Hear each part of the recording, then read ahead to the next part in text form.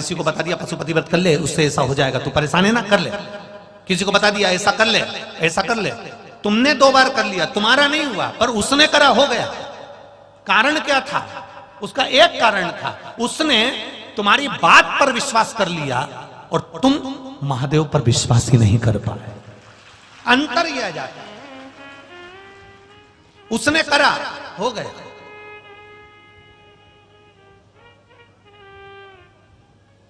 कितना?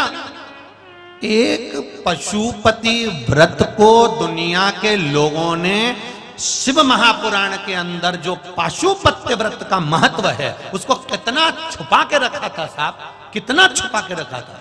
क्योंकि वो व्रत केवल एक ऐसा था जिस व्रत के बल पर जो मांगा वो मिल जाता। और कितने सोमवार का होता है? बोलो बोलो जम के। मात्र 5 सोमवार का वो व्रत है।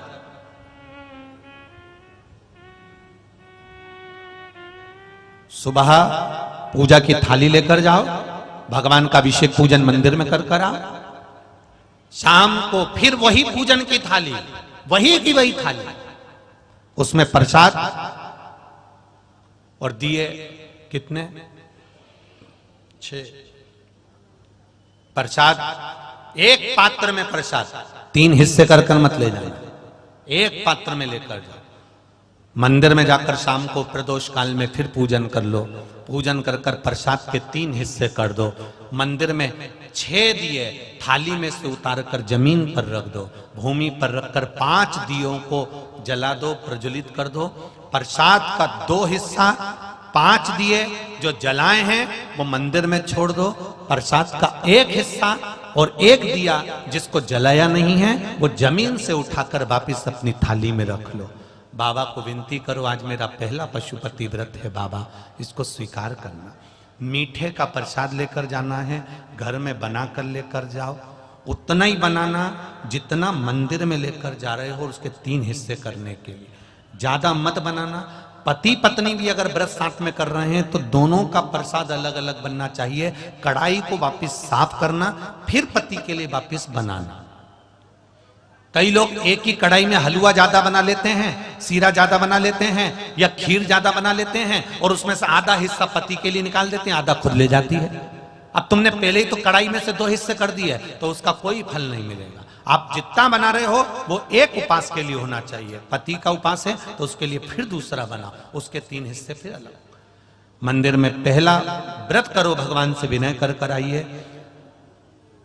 छठा दिया और प्रसाद का 1 हिस्सा जो लेकर आए हो अपने घर के दरवाजे के बाहर बैठो, आराम से दरवाजे की ओर मुख कर कर सीधे हाथ की ओर उस दिए को जो छठा दिया है उसको अपने सीधे हाथ की ओर, राइट हैंड की ओर उसको दरवाजे के बाहर जला दीजिए। भगवान से प्रार्थना करिए, मैंने इसलिए ये व्रत करा है बाबा, उसको स्वीकार कर लेना। पहला व्रत कर कर घर में जाकर भोजन करो। भोजन करते समय सबसे पहले जो प्रसाद का 1 हिस्सा लेकर आए हो, पहले उस हिस्से को पूरा खाइए, उसमें से किसी को मत दीजिए। वो आपका व्रत का है, आपको खाना है, किसी को नहीं देना। एक चुटकी मात्र भी नहीं देना, 1 चम्मच मात्र भी नहीं देना। पहले मीठा का प्रसाद खाओ, उसके बाद भोजन करो। भोजन में ये जरूरी नहीं है कि आप मीठा ही खाना है। सुबेरे फलाहार भी कर सकते हो, भूखे रहते नहीं बने तो सुबह आराम से फलाहार करो, नमक का फलाहार करो, कोई मना नहीं कि तुम मीठा ही पूरा खाओ, आराम से। पर भोग मीठे का लग। अन्न भोजन जब भी करोगे तो सुबह नहीं करना है, वो प्रसाद जब खा लोगे उसके बाद करिए। 4 व्रत पूरे हो जाएं, 5वां व्रत जब आखिरी का व्रत रहे तब फिर वैसा की वैसे ही क्रम कर कर 108 या तो बेलपत्र हो या चावल का दाना हो या फूल की पंखड़ी हो, जो आप 108 ले जाना चाहते हो भगवान को चढ़ाने के लिए। 1 श्रीफल 11 रुपए, जो भी आप शिव जी को समर्पित करना चाहते हैं बाबा को वैसी की वैसी पूजन कर कर। पर थाली जो सुबह लेकर जाओ वो थाली को धोना नहीं है, शाम को वही थाली जाना चाहिए, उस थाली को बदला नहीं जाता। समापन वाले दिन 5वां जब व्रत रहे, बाबा को 108 सामग्री समर्पित कर कर, श्रीफल समर्पित कर कर अपने हृदय की बात कहकर आइए, दिया लगाओ, वापिस अपने घर के अंदर प्रवेश कर जाओ। बाबा से विनती करो, मेरा विश्वास करता है अगर दिल से पशुपति व्रत किया है तो मेरा महादेव व्रत पूरे होते होते ही तुम्हारा कार्य सफल कर दे। ये पशुपति व्रत। बीच में रजस्वला धर्म आ गया, नारी 7 दिन तक काम नहीं करती, रसोई घर नहीं जाती। बीच में कोई बाहर जाना पड़ गया, बीच में किसी के यहाँ शादी में जाना पड़ गया, बीच में कोई गमी हो गई, कोई समाप्त हो गया, किसी के यहाँ बच्चा हो गया, तो उस व्रत को 2 व्रत होने के बाद, 1 व्रत होने के बाद, 3 व्रत होने के बाद अगर ऐसा कुछ हो जाता है तो व्रत को वहीं पर रोक दो। फिर अगली बार जब पूर्ण तरह से अच्छा हो जाए तब व्रत फिर चालू कर दो। 2 पहले हो चुके हैं, अब अगला करोगे तो वो तीसरा ही कहलाएगा, वो तीसरा व्रत।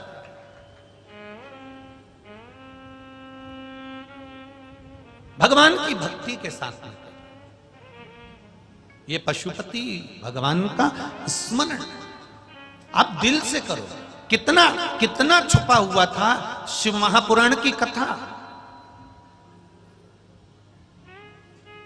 कोरोना काल के पहले शायद कई लोगों को तो स्मरण में भी नहीं होगा कि शिव पुराण की कथा भी सुनने का एक आनंद होता। श्री शिवाय नमस्तुभ्यम, ये वो मंत्र शिव महापुराण का है जिस मंत्र का मात्र उच्चारण करने वाले का मुख का दर्शन भी। और यही नहीं, उज्जैन के ऋणमुक्तेश्वर मंदिर में पुराने समय के पत्थर पर अंकित लिखा हुआ है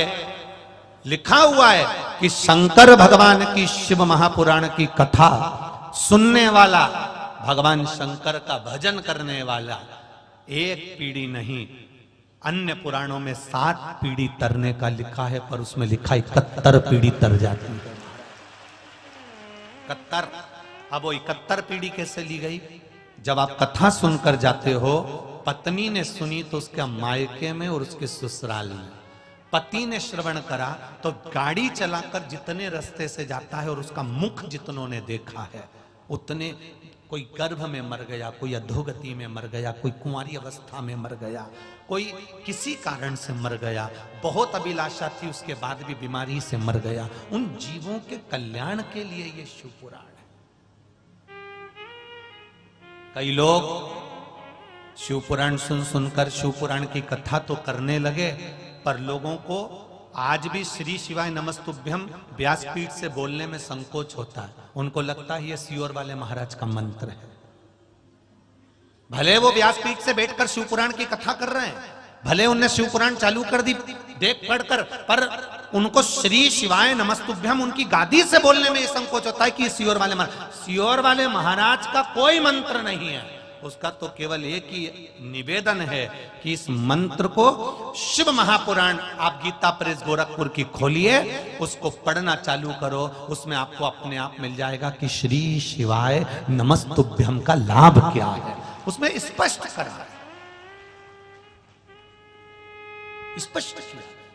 आप पंचाक्षर मंत्र बोलो नमः शिवाय, आप षडाक्षर मंत्र बोलो ओम नमः शिवाय, पर श्री शिवाय नमस्तुभ्यम उस मंत्र की गरिमा का स्मरण करो जिस मंत्र का बल प्रबल है।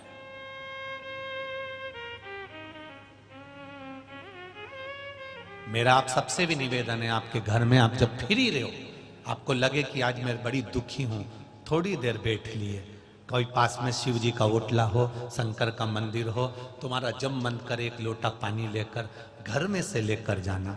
वहां की बाल्टी में से मंदिर में कितना भी पानी रहे, पर मंदिर का नहीं, अपने घर से लेकर जाओ, क्योंकि समस्या अपने घर की है, दुख अपने घर का है, कष्ट अपने घर का है, मंदिर की समस्या नहीं है। अपने घर का जब जल लेकर जाएंगे, पत्र जब हम लेकर आते हैं तो अपने घर से लिखकर लेकर आते हैं। मेरे घर से पत्र गया है, मेरे घर से भेजा गया है, मेरे घर की निमंत्रण गई है, मेरे घर की पत्रिका गई है, तो भगवान मेरे घर शादी में आएगा। तुम्हारे घर का 1 लोटा जल गया है तो महादेव तुम्हारे घर आएगा, ये निश्चित है।